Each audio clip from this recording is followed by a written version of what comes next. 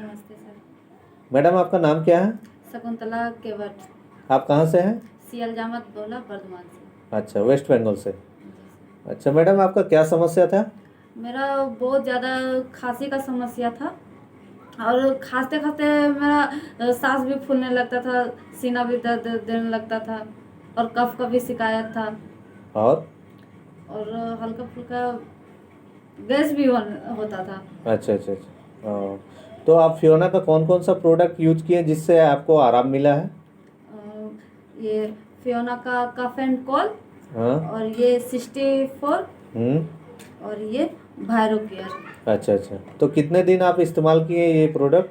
4 से 5 महीना तक यूज़ किए हैं। अच्छा, तो अभी आपका समस्या कैसा है? बहुत ज़्यादा आराम है सर। जब से हमको किसी ने सजेस्ट किया कि आप एक बार ये फियोना का यूज़ कीजिए तो हम भी यूज़ किए।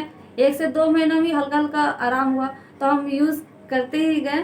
तो 4 से 5 महीने तक इस्तेमाल किए तो बहुत ज़्यादा हमको आराम मिला। अच्छा, और सभी लोगों के लिए आप क्या राय देना चाहिए? ये प्रोडक्ट वो इस्तेमाल करेंगे? हाँ, ये बहुत अच्छा है और ये साइड इफ़ेक्ट भी नहीं है, सभी इस्तेमाल कर सकते हैं। एक बार ज़रूर इस्तेमाल करें। धन्यवाद मैडम।